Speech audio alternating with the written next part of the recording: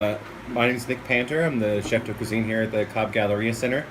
And I enjoy working here. Everything we do is from scratch, and we have a lot of freedom of creativity here, so which is really nice.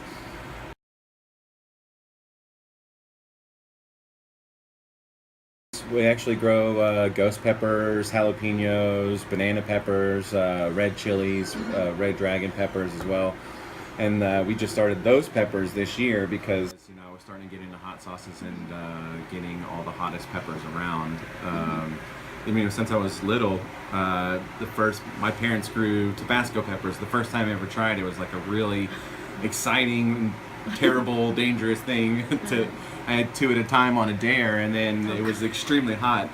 But I found that I was like, I really like this. Although it burned me, it's like, okay, I won't eat it by itself, but what can I do with this? And I started putting fresh jalapenos, fresh serrano peppers on my tacos when I was a kid. And but just recently here, with all the ingredients and everything we have to work with, I use fresh carrots or just onions, sometimes mango, pineapple. Depends on what you're really going for. Cilantro, cumin seed, and toasted cumin seed and stuff like that. Just depends on what kind of if you're going for tropical or straight heat. But I always wanted like something that was flavorful and it would burn you at the same time. So that's and then with the utilizing the garden that we have here, we just started harvesting the ghost peppers this year, and we've been doing the red chilies, for the past 2 months, right around there is when they've been growing, and jalapenos have been doing really well, and I grow them at my house as well. So I go Reaper and Ghost at my house, and every time I have a harvest, I bring in the bag. It's like, who's ready?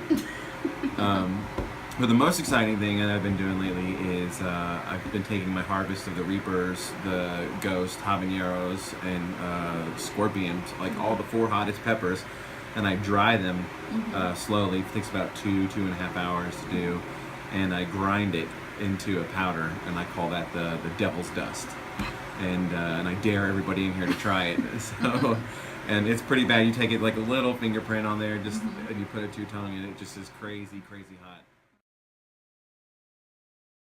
So what I do first is I take my fresh vegetables, I saute them down, and while they're sauteing and kind of sweating, to release the capsaicin in the peppers, I grill them. I roast them on the grill, and that just helps release that natural flavor and the heat, which is the most important part to me. I grill mark my peppers, and after I sweat and I add my peppers in to just kind of saute with some fresh garlic or some shallots, and any of the herbs I want to put in there so I can wilt them, and any kind of seasoning, salt, pepper, garlic, mainly that's the ones I tend to go with. I'll add my fruit towards the end because I don't want that to be sauteed. I'd rather have that as fresh as I can before I'll puree it.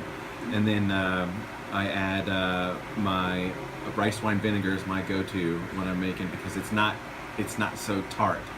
So you're not getting this really like vinegar punch. It's a little bit sweeter and smoother. So I add sugar and xanthan gum to it, it's probably about, for every, I would say, 2 cups of sugar, I would add 1 teaspoon of xanthan gum, because this stuff it will gel out on you real quick. And you have to mix it in with the sugar, or it will solidify. If you just try to drop it in on its own, it's going to make this little gel ball that you can't do anything with, and it won't thicken your sauce. So most of the sauces I have are sweet, unless I'm doing a verde sauce, which I don't add any sugar or xanthan gum to it, because it's just a verde. It won't separate with all the herbs and everything else that's in there. Then I go to puree it, and I take it over to just get the big boomstick and just puree till I don't see any chunks in there, and then I'll strain it, and it's nice and smooth, and it holds. I started naming my sauces, just funny names. What are some of your names? There was the Tennessee Jerk, so that one had Tennessee whiskey and jerk seasoning, but it's fitting because it's like the Tennessee Jerk because it's really hot sauce, and had like Red Rocket because it was just like this nice deep red, and then I had one called Deep Purple, which was a deep purple color. And then I had the Mango Connection. Now I'm more into that the dust part first because it lasts a lot longer, and you can add it to anything. But one good thing is that I have opportunity to start selling the sauces. I'm a huge chili head.